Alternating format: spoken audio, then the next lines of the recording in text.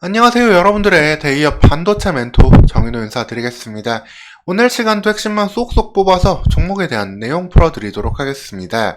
오늘 같이 살펴볼 기업은 칩셋 미디어가 되겠습니다. 칩셋 미디어 11월 달에 상당히 뜨거운 흐름 이후에 12월 달 들어서 소폭 조정이 나오고 있는 모습도 보이고 있는데요.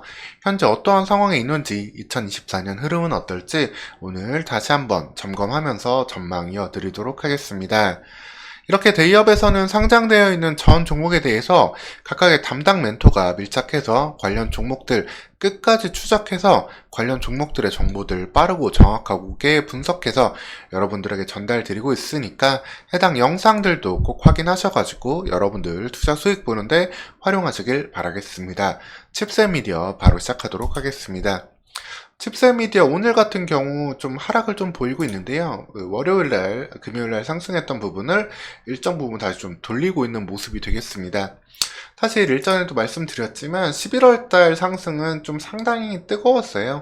고가 기준으로는 더블까지 갔었고 종가로 80% 상승 마감을 했기 때문에 단기적으로 일정 부분의 조정은 나올 수 있는 구간이다라고 보시면 되겠습니다. 순수하게 일단 차트만 좀 놓고 봤을 때는 구름대에서 지지선을 형성할 수 있는 26,400원 선 요 부분을 일단 한번 지지선으로 좀 보시면 되겠고요.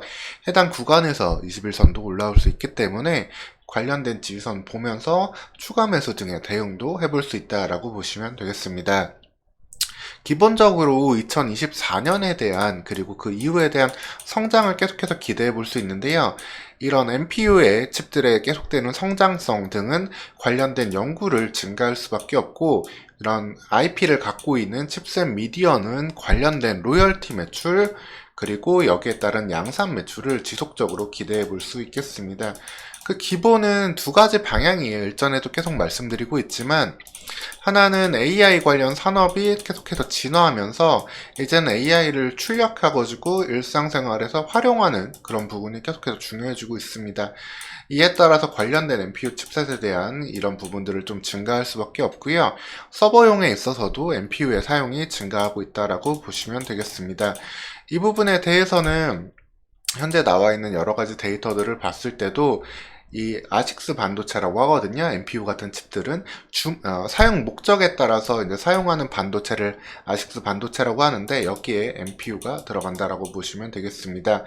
해당 성장은 계속해서 GPU보다 더 빠르게 성장할 수 있기 때문에 이 부분에 대한 시장 성장을 기대할 수 있다라고 보시면 되겠습니다. 그리고 기본적으로 이 GPU 시장은 엔비디아가 어떻게 보면 독점을 하고 있는 시장이잖아요. 엔비디아가 독점을 하고 있기 때문에 관련해가지고는 엔비디아가 어떻게 보면 혼자 돈을 벌지 관련된 밸류 체인들은 좀 나눠 먹는 게 좀 없어요. 그나마 이제 HBM 메모리를 좀 사용을 하기 때문에 이 사용 증가에 따라서 국내 반도체 업체가 쫙 같이 좀 좋은 흐름을 보여주고 있다 정도가 이제 엔비디아 GPU가 될 텐데 이거랑 다르게 아식스 쪽은 조금 말을 들면 좀 춘추 전국시대예요. 전체 뭐 우리나라, 중국, 미국 수많은 반도체 기업들이 이걸 다 만들고 연구하고 지금 양산하려고 노력을 하고 있다라고 보시면 됩니다. 우리나라에서도 여러 기업들이 관련된 칩들을 만들고 있고, 뭐 예를 들어 가지고 뭐 삼성전자도 이제 갤럭시에 들어가는 반도체 칩도 그렇지만 사피온이라든가 그 다음에 리벨리온 같은 중소형 팹리스 기업들도 관련된 NPU 칩들을 현재 빠르게 만들고 있고 엑시노스 같은 칩도 삼성전자에 여기에 들어간다라고 보시면 되겠습니다. 중국에서도 이 부분을 상당히 크게 만들고 있는데 중국은 계속해서 미국과 경쟁 관계에 있잖아요. 계속 경쟁을 하다 보면서 규제를 하고 있기 때문에 중국은 자체적으로 이 AI 칩셋, 아식스 칩셋을 만들려고 하는 욕구가 크고 관련된 IP 기술을 우리나라에서도 많이 받아가고 있다라고 보시면 되겠습니다. 항상 우리나라 산업이 성장을 할 때는 중국 수요가 늘어날 때 크게 좀 덕을 볼 때가 많잖아요. 중국의 예전 차화정 시기를 거슬러가도 그렇고 뭐 미디어, 화장품 이런 부분도 중국산 수요에 따라서 좀 컸습니다. 근데 중국의 반도체 굴기, AI 연구에 따른 부분은 이 IP 기업인 칩셋 미디어가 상당 부분 수혜를 받을 수 있다라고 보시면 되겠습니다. 이쪽에 연구가 상당히 이루어지기 때문에 칩셋 미디어의 IP를 가져가면서 여기에 따른 매출 증가를 계속해서 본다라고 보시면 되겠습니다. 그래서 이제 영상 관련 반도체 칩 수요 감소로 로열티 매출이 줄었음에도 데이터 센터, GPU, AI, SoC 라이선스 매출이 계속해서 증가하고 있고, 이에 대한 양산 매출이 중국향을 통해서 늘어날 수 있다라고 보시면 되겠습니다. 그리고 말씀을 드리면은 관련된 시장의 밸류에이션은 조금 더 여러분들 걱정하실 수 있을 거예요. 주가가 이렇게 많이 올랐는데 밸류에이션이 사실 PER이 뭐 50배, 60배 이렇게 되고 있으니까 좀 무서워하실 수 있는데, 사실 이런 IP 지적대상권을 갖고 있는 기업들은 그 성장성에 높은 가치를 줄 수 있기 때문에 그 밸류에이션이 정당화되는 측면이 있다라고 보시면 되겠습니다. 전 세계에서 가장 큰 IP 기업이 이제 영국의 기업이고 미국에 상장한 나스닥에 상장한 이 ARM 홀딩스가 될 텐데요. ARM 홀딩스 같은 경우도 현재 PER이 200배가 넘어간다라고 보시면 되겠습니다.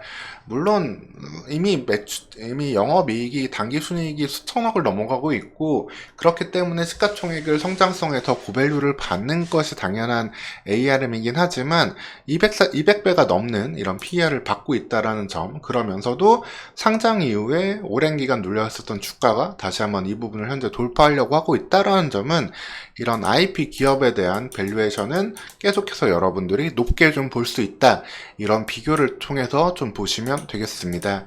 그렇기 때문에 칩셋 미디어 같은 경우도 이 부분 지지하면서 내년 같은 경우에 이제 영업이익을 100억 원 이상 내준다면은 밸류에이션으로 많게는 이제 100배까지 봤을 때 1조짜리 기업이 충분히 될 수 있는 그런 가능성이 있다. 그리고 이익단을 150억으로 끌어올렸을 때는 밸류에이션 조금 감소되는 부분이 있다 해도 1조에서 그 이상도 바라볼 수 있는 그러한 잠재력을 갖고 있는 상황이다 라고 보시면 되겠습니다. 다만 11월 달에 주가 상승은 좀 과도했던 측면이 있고, 관련해가지고 좀 많이 이슈가 됐었어요. 이 부분에 대한 자료 열람이 상당히 좀 많았었거든요. 그만큼 여러분들에게 전달되는 좀 정보의 과부하도 어떻게 보면 있었던 시기인데, 검색 상위 1위 보고서가 칩셋 미디어, 원미디어와 NPU 시장 개발 수혜, 이런 보고서가 개별 보고서로 1위를 차지하기도 했습니다. 이럴 정도로 조금 좀 과열되어 있던 부분 때문에 현재는 좀 기간 조정, 그리고 주가 단으로는 이 부분까지 조정이 나올 수 있겠지만, 기본적으로 높은 밸류에이션이 정당화되는 업종이고, 국내 팹리스 그리고 중국 쪽 팹리스까지 시장을 안정적으로 가져갈 수 있는 칩셋 미디어이기 때문에, 그리고 다른 IP 기업들과는 달리 이 비디오 칩셋에 있어가지고 더욱더 좀 강점을 가지고 있어요. 이 부분이 이제 기존의 언어 학습 모델 위에도 이제 멀티 학습 모델, 동영상 학습 모델로도 확산될 수 있는 부분이 있기 때문에 칩셋 미디어에 관련된 좀 성장성은 좀 높게 보면서 일정 부분 주가 기간 조정 후에 다시 한번 랠리를 펼치는 모습을 충분히 기대해 보셔도 된다라고 생각하시면 되겠습니다. 오늘 시간 이렇게 칩셋 미디어에 대해서 좀 안내를 해드렸고요. 추가적으로 나오는 이슈들 있으면 제가 또 바로 파악해서 전달 드리도록 하겠습니다. 오늘도 영상 시청해주셔서 감사합니다. 좋아요, 구독도 한 번씩 부탁드리도록 하겠습니다. 다음 영상에서 뵙겠습니다.